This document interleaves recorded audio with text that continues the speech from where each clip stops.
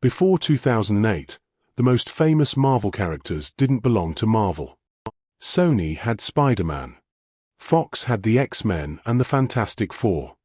In the late 90s, Marvel Comics had gone bankrupt, and to survive, they sold off the film rights to their most popular, A-list heroes. Point 1. So how do you build the biggest, most profitable movie franchise in history using your second-string players? The Marvel Cinematic Universe wasn't born from a position of strength. It was born out of desperation. It was a high-stakes gamble to build a global empire with the characters that nobody else wanted. Today, the Marvel Cinematic Universe is the undisputed king of the box office. Point 2. With dozens of interconnected films and shows, it has generated over $30 billion in revenue, creating a cultural juggernaut that has redefined the entertainment industry. But before the MCU, the idea of a shared cinematic universe was nothing more than a fantasy for comic book fans. Movie franchises were a collection of self-contained sequels. The concept that a film about a Norse god could directly influence a film about a WW2 super soldier, which would then set up a story about a talking raccoon, was seen as creatively chaotic and financially reckless. The old Hollywood wisdom was clear: keep it simple. Don't confuse the audience. Marvel did the exact opposite. They built their entire strategy on complexity, continuity, and cohesion. So how did a brand new, independent studio take a roster of B-list heroes and use them to rewrite the rules of blockbuster filmmaking? How did they create a brand so powerful it could turn any character into a household name? That's the question we're answering today. To understand the genius of the MCU, you have to understand the state of superhero movies before it existed. The landscape was dominated by isolated titans. You had Sam Raimi's Spider-Man trilogy, Fox's X-Men series, and Christopher Nolan's critically acclaimed Batman films. These were successful, but they were islands, each existing in their own separate reality. Marvel Studios, with its remaining roster of heroes like Iron Man, Thor, and Captain America, couldn't compete with these established giants on a character-by-character basis. Iron Man was not as famous as Spider-Man. Not even close. They needed a different strategy. That strategy came from a man named Kevin Feige. Feige wasn't just a studio executive, he was a lifelong comic book fan.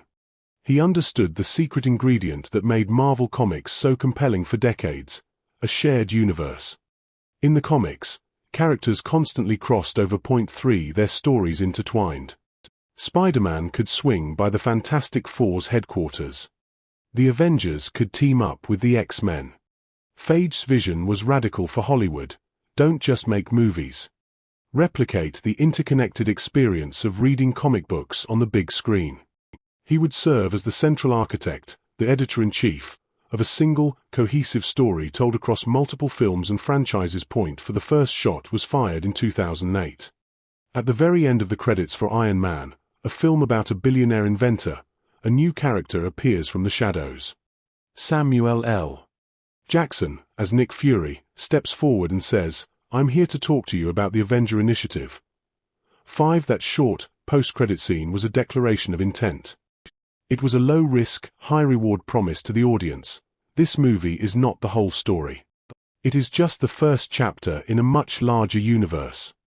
It transformed a single film into a piece of a bigger puzzle, creating a sense of excitement and mystery that instantly set Marvel apart. The promise was made. Now, Marvel had to deliver. The next challenge was immense.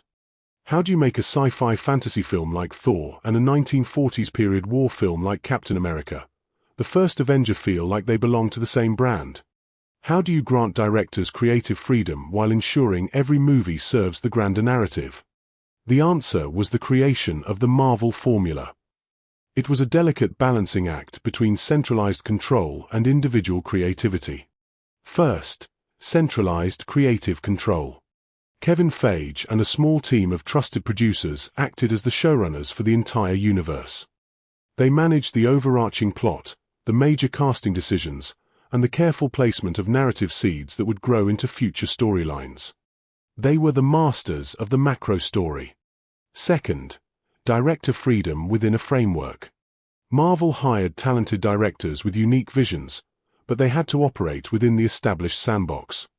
James Gunn could bring his quirky, comedic sensibilities to Guardians of the Galaxy, and the Russo brothers could direct The Winter Soldier like a 1970s political thriller. The directors controlled the micro, the film's specific genre and feel, but the macro plot points had to align with Feige's master plan. Third, a consistent, accessible tone. While the genres varied wildly, a core Marvel tone emerged, a perfect blend of spectacular action, genuine heart, and self-aware humor. This tonal consistency made the universe feel cohesive. It didn't matter if the characters were gods, monsters, or talking trees. The audience knew they could expect a fun, emotionally resonant, and high-quality experience. This formula created a brand that was simultaneously unified and diverse. Audiences learned to trust the Marvel Studios logo. They knew what they were getting, and they knew it would connect to a story they were already invested in. The universe was growing, and all the narrative threads were leading to something that had never been successfully attempted in cinema: a massive crossover team-up of A-list heroes from different franchises. The problem was, how do you build audience anticipation for such an event over 4 years and 5 separate films, without them getting confused or losing interest? Marvel's solution was to structure their storytelling in phases. Phase 1 was the introduction. Its entire purpose was to introduce the core characters on their own terms. We got Iron Man, the Incredible Hulk, Thor, and Captain America. Each film worked as a standalone story, but was also a mandatory chapter in a larger book, all building towards the finale. The payoff was the 2012 release of The Avengers. This was the ultimate test of Feige's vision. Could they bring these heroes and their disparate worlds together in a way that felt earned and satisfying? The film's record-shattering success was the proof of concept. The model worked. With the audience's trust now secured, Marvel could get bolder. The subsequent phases introduced stranger, lesser-known characters like Ant-Man and Doctor Strange, and told bigger, more cosmic stories. But they were always grounded in this phased structure. Each phase was a self-contained saga with a clear beginning, middle, and end, usually culminating in another massive Avengers-level event. This structure was genius. It trained the audience to view each movie not as an isolated product, but as an essential episode in an ongoing global television show that you could only see in theaters. Missing a film meant you might not understand the next one. Moviegoing was no longer a casual decision. For Marvel fans, it was a long-term hobby. So, let's connect the pieces. Kevin Feige's singular, fan-centric vision provided the master blueprint. The carefully managed Marvel formula provided the consistent quality and tonal cohesion. Point 7, and the brilliant phase structure provided the long-term narrative engine and marketing roadmap. Point 8, and that is the secret. The genius of the Marvel Cinematic Universe is that Marvel Studios does not sell movies. It sells a universe. They fundamentally transformed the basic unit of Hollywood consumption. Point 9, they took it from a single, 2-hour product and expanded it into a sprawling, multi-decade narrative subscription. Your ticket to see Captain America wasn't just for that one film. It was an installment payment for a decade of interconnected storytelling. Each individual film functions as both a complete product on its own, and as a feature-length trailer for the next 20 products in the pipeline. It is the most powerful and profitable storytelling flywheel ever invented. If this breakdown is making you appreciate the strategy behind the spectacle, support our channel by hitting the like button and subscribing. It helps us keep unlocking these game-changing plans. The brilliance of this cohesive brand model is how it changed audience behavior. It created an unprecedented level of brand loyalty. People stopped saying, "Let's go see the new Thor movie," and started saying, "Let's go see the new Marvel movie." The brand itself became the star. This allowed Marvel to take huge creative risks. They could launch a film with a talking raccoon and a walking tree, characters no one had heard of, and turn it into a billion-dollar franchise, because the audience trusted the brand to deliver a great experience that mattered to the larger story. The broader business principle here is a masterclass in building an ecosystem, not just a product. The most dominant companies of the 21st century win by creating interconnected systems where each part makes the other parts more valuable.